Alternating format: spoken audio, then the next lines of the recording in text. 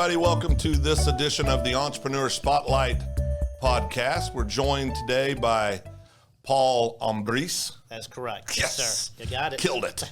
Killed it. Okay, it's a wrap. We can stop right there. Now, Paul is one of the owners of what I think is one of the coolest businesses in Guthrie, the Grand Ole Barber Shop. It's been open since 2021. That is correct. Yes, sir. And August 2021. We opened up August 3rd, but we had our grand opening August 7th. Yeah, it's cool. I've been in. I know that shocks people. I came in and got a full head shave once. Correct. Came in, they trimmed what I call a beard. It's my very futile attempt at growing a beard. Well, we did our best with what we had. Well, it was funny because when they were done, I can't remember which one. It was one of the Marines, which we'll talk about that here in a second. But he goes, I don't really know what to charge you. I didn't do a whole lot. And I was like, you didn't have a whole lot to work with. But a great atmosphere. I love your model, your business model. I think it's just so cool and so spot on. But talk a little bit about, first of all, your partner, and this kind of what made you guys decide this is what we want to do. Well, to be honest, this is a big brainstorm from Daniel himself, my business partner, Daniel Rumsey. Man, this was back in 2017. So go back a few years. I was getting out of the Navy. I got out. I thought I wanted to do the same thing I was doing within the Navy, which was being a firefighter. Okay. So people were telling me go to EMT school. It'll help you on your application, so on and so forth. So I went to EMT school over at OKC OSU. Was doing that. Quickly realized I went on a couple ride-alongs with IMSA. There was a lot of child abuse and domestic violence going on in the city, which at that time I had a 3 and a 1-year-old, and I told myself, I was like, I already had a stressful job. I don't need another one. Yep. So I talked to my wife, and my wife at that moment or at that time was the assistant principal over at what was Centennial. She's over at John Marshall now. But she was extremely supportive, and she told me, hey, look, you sacrificed 20 years of your life for this country, and you're gonna want to do something that you enjoy for the next 20. Right. Not that I didn't enjoy my service, I did. Sure. But, just something different. Well, thank you. As a brother veteran, I appreciate you. Thank you. And I really do. Well with you. Everybody at your shop, which I think is one of the cool things about your shop. We do. So at our shop, we have 2 Marines, John and Gareth, and then we have myself, Navy. I did 20, Gareth did 13, and John did 4 years. Yeah. And then Daniel, he's a welder, so he's pretty much kind of like a brother in arms in that way. So. But so 2017, talked to my wife. She told her brother, which is Daniel, my partner. So I work with my brother-in-law every day. And I see him every weekend, family functions, dinners, so on and so forth. So we have a really close relationship in that aspect. That's awesome. Yeah, which is amazing. He's an amazing guy. Yeah. So my wife told him, he called me up, and they were still living in San Diego at the time.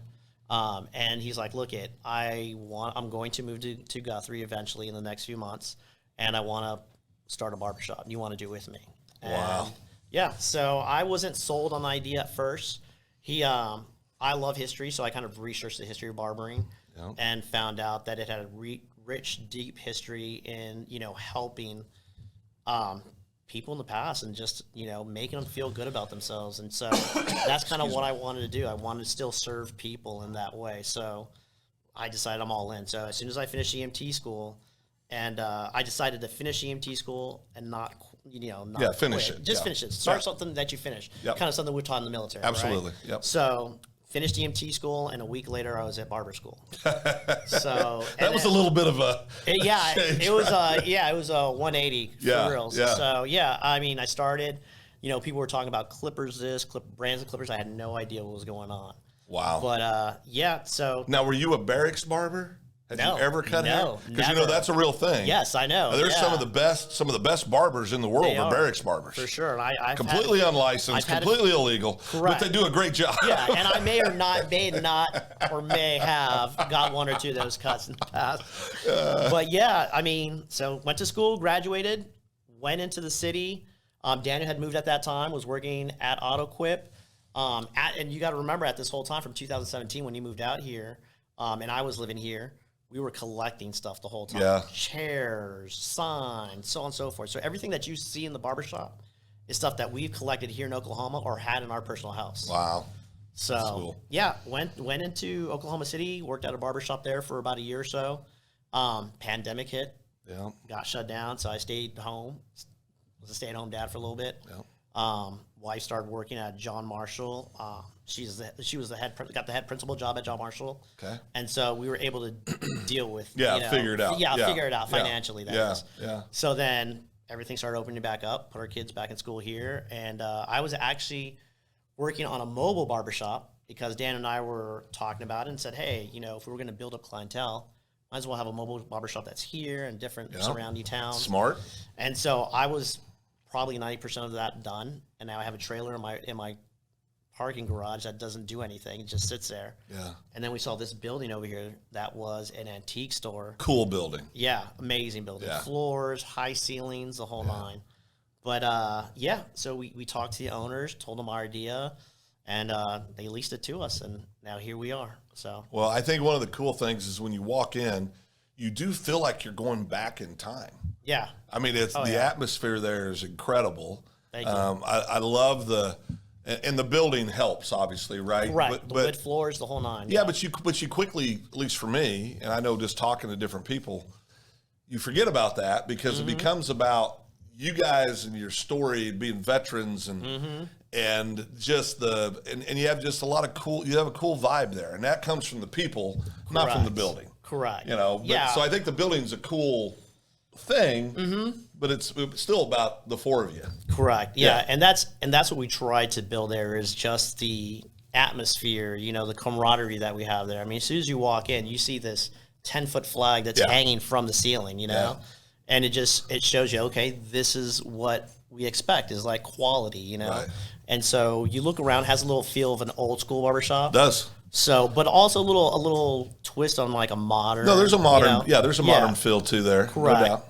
And so if you go into a lot of barbershops now, they have chairs, just fold out chairs. We have a leather couch. Yep. We have smoking chairs, leather smoking chairs, and people hang out. And, we have barbershop chairs that are from late 1920s, early 1930s. Yeah. So, we like talking about that rich history, because we feel that the history makes our future, Yeah. And so we try to incorporate everything. Who we are is incorporated in the whole shop. Yeah. So tell me a little bit about, I mean, we were talking a little bit before we came on. I know you guys have bigger visions and plans and stuff, and that's the exciting part of entrepreneurship, Correct. Right? Yes. I've always said to be a good entrepreneur, you got to be a little bit crazy. Yeah, just a little. You got a little crazy to you. You got to be okay with not knowing how you're going to do, some simple things like eat, pay your bills, those kind of Correct. things. Yeah. But the journey's so much fun. It is. The building of something is so much fun. So share big picture vision for the Grand Ole Barber Shop. Grand Ole Barber Shop. I mean, it's crazy to think how we're extremely blessed with the people we have coming in. Yep. And the success that we've had so far, and we've only been open, a year and a half now. Yeah. Almost 2 years in August. But future plans, we're always talking about maybe another barbershop elsewhere, somewhere close to town, somewhere maybe right outside Tulsa.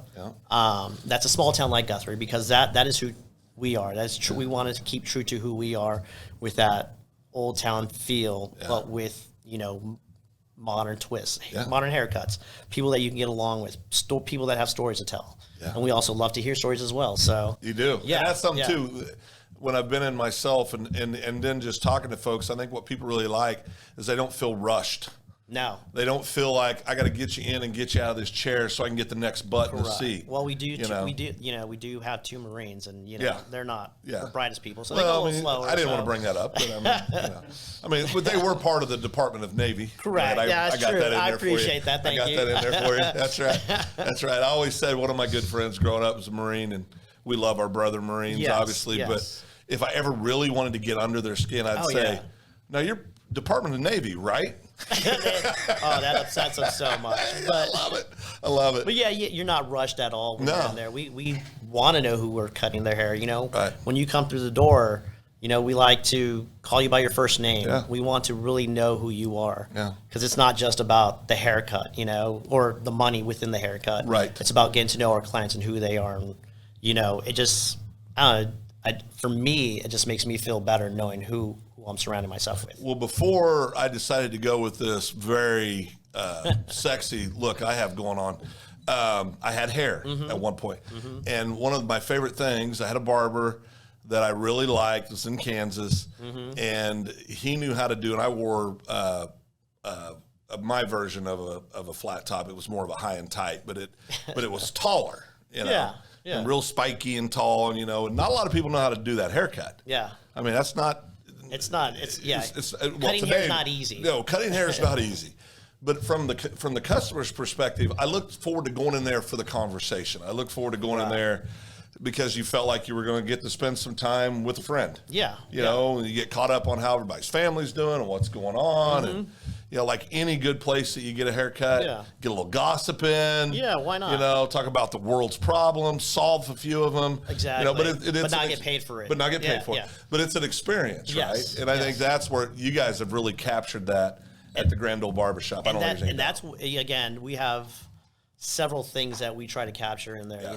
It's just the personality ourselves, but we also want a place where men can come and feel good about being men and just have a manly place to go to, kind of like a man cave or just a bar in a way. So it's just we're trying to do all that, incorporate it. Well, I think you are doing it. Appreciate it. I could tell you, as somebody that loves Guthrie,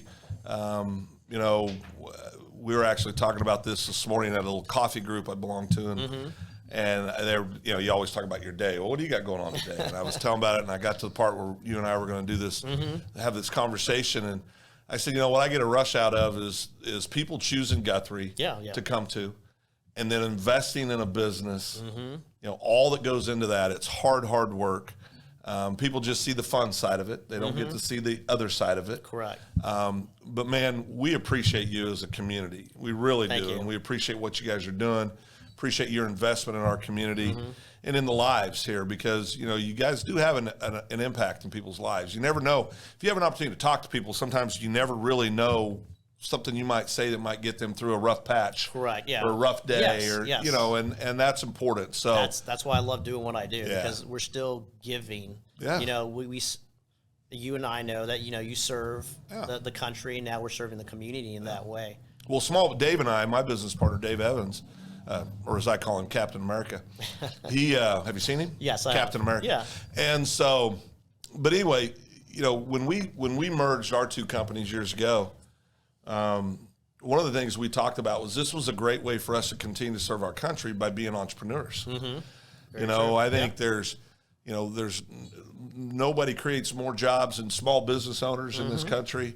They make up, you look around, we don't have big corporations in Guthrie, Oklahoma. No, We're made up of small businesses that are ran by people that you go to church with, your kids go to school with their kids. You see them in Walmart, you see them at the games, you're right. And that's what I love about the community.